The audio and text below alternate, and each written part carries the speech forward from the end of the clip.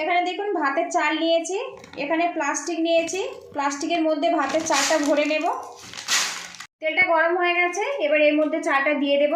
নমস্কার বন্ধুরা, আমি অরিন্দিতা, আপনাদের সকলকে স্বাগত জানাচ্ছি। আজকে আমি ঘরে থাকা ভাতের চাল দিয়ে দারুণ মুচমুচে মুখরোচক একটা নাস্তা রেসিপি শেয়ার করব।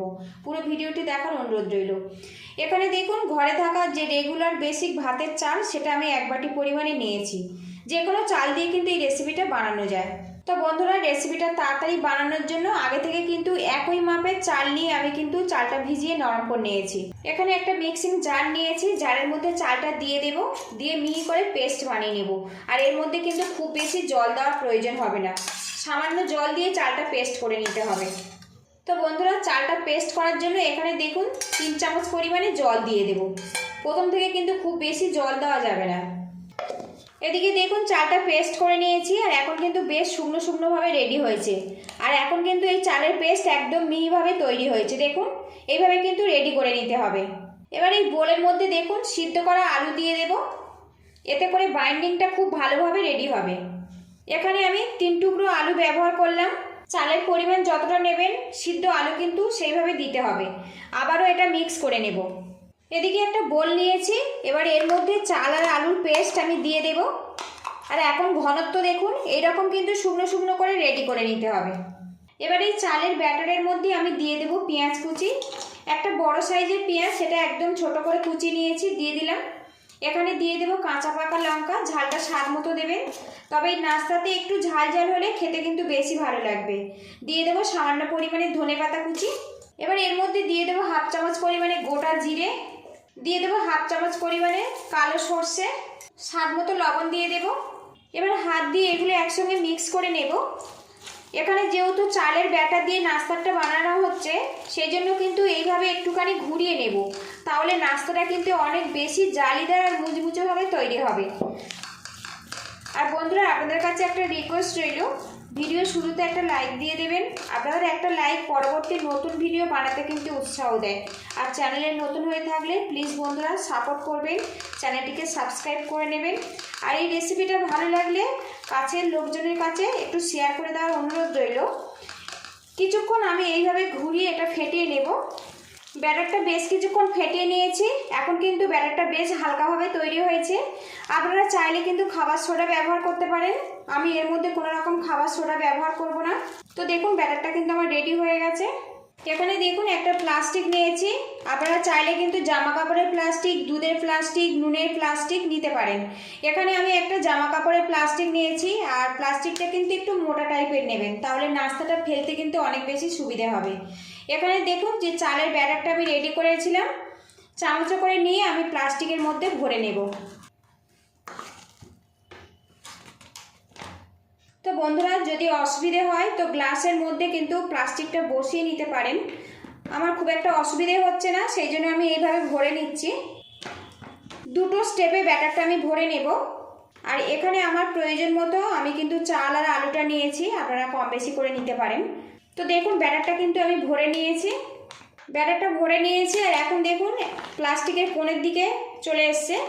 এবারে মুখটা আমি এইভাবে বন্ধ করে দেবো এইভাবে। তো দেখুন ব্যাটারটা কিন্তু বেশ ভালো মতো সেট করে নিয়েছি। এদিকে কড়ার মধ্যে কিছুটা সাদা তেল দিয়েছি, তেলটা ভালো করে গরম করে নেব।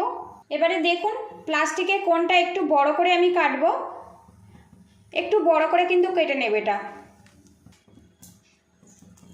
এদিকে দেখুন বড় করে কিন্তু আমি প্লাস্টিকটা কেটে নিয়েছি। তেলটা কিন্তু বেশ ভালো মতো গরম হয়ে গেছে। আর এখানে দেখুন একটা ছুরি নিয়েছি, এই গরম তেলের মধ্যে একটুখানি লাগিয়ে নিলাম। এবারে এখানে দেখুন ব্যাটারটা দিয়ে দেব। আপনারা কিন্তু ছোট বড় যেমন শেপ দিয়ে ইচ্ছে বানিয়ে নিতে পারেন। এবারে এর মধ্যে এরকম ছোট ছোট করে দিয়ে দেব আমি, আর এইভাবে ছুরি দিয়ে কেটে দেব।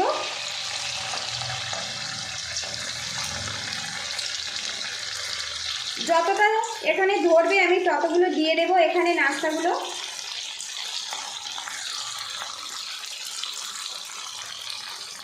কিছুটা নাস্তা দিয়েছি, কিছুক্ষণ ফ্রাই করে নেব। এবার এগুলো আলতো হাতে উল্টিয়ে দেব।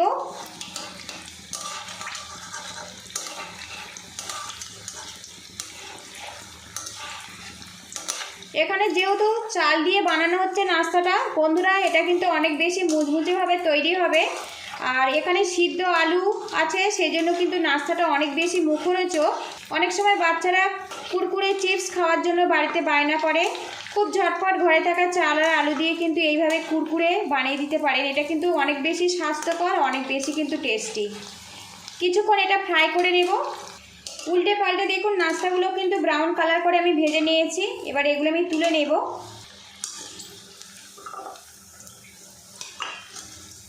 এদিকে দেখুন বন্ধুরা, নাস্তা কিছুটা কিন্তু আমার রেডি হয়ে গেছে। আর এখন কালারটা দেখুন কত সুন্দরভাবে এটা রেডি হয়েছে। দেখুন কুরকুরে চিপস বাজার থেকে কিন্তু বাচ্চারা প্রায় কিনে খায়। একবার কিন্তু ঘরে থাকা চাল দিয়ে এইভাবে একবার বানিয়ে দেখতে পারেন। আবারও তেলের মধ্যে কিছুটা নাস্তা দিয়ে দেব। আর বন্ধুরা, আজকে এই চালের রেসিপিটা যদি ভালো লাগে তো একটা লাইক দিয়ে দেবেন। আপনাদের একটা লাইক পরবর্তী নতুন ভিডিও বানাতে কিন্তু উৎসাহ দেয়। আর চ্যানেলে নতুন হয়ে থাকলে প্লিজ বন্ধুরা সাপোর্ট করবেন, চ্যানেলটিকে সাবস্ক্রাইব করে রাখবেন। এইভাবে সবগুলো নাস্তা ভেজে তারপরে আপনাদের সঙ্গে দেখা হচ্ছে। কিছুটা নাস্তা আমি ভেজে নিয়েছি আর কিছুটা আমি ব্যাটার রেখে দিয়েছি, পরে এগুলো ভাজবো। তো বন্ধুরা দেখুন কত মুচমুচেভাবে তৈরি হয়েছে। দেখুন আপনারা আওয়াজটা শুনে নিশ্চয়ই বুঝতে পারছেন। তো বন্ধুরা, কুরকুরে চিপসটা আপনারা অনেক খেয়েছেন। ঘরে থাকা চাল আর সিদ্ধ আলু দিয়ে দারুণ মজার এই নাস্তাটা একবার বানিয়ে দেখতে পারেন। একবার বানিয়ে খাওয়ালে কিন্তু বাচ্চারা কুরকুরে চিপস আর মুখেই দেবে না। তো দেখুন কতটা মুচমুচেভাবে তৈরি হয়েছে দেখুন। আর এই নাস্তাটা কিন্তু অনেক বেশি স্বাস্থ্যকর বন্ধুরা, আর অনেক বেশি টেস্টি। আজকের এই নাস্তাটা আমি টমেটো কেচাপের সাথে পরিবেশন করব। পুরো ভিডিওটির সঙ্গে থাকার জন্য অসংখ্য ধন্যবাদ। আপনারা ভালো থাকবেন, সুস্থ থাকবেন, দেখা হবে নেক্সট ভিডিওতে। আর বন্ধুরা, আমার পার্সোনালি একটা রিকোয়েস্ট রইল, বাড়িতে একবার এইভাবে ট্রাই করবেন, কেমন হয়েছে কমেন্ট বক্সে জানাবেন।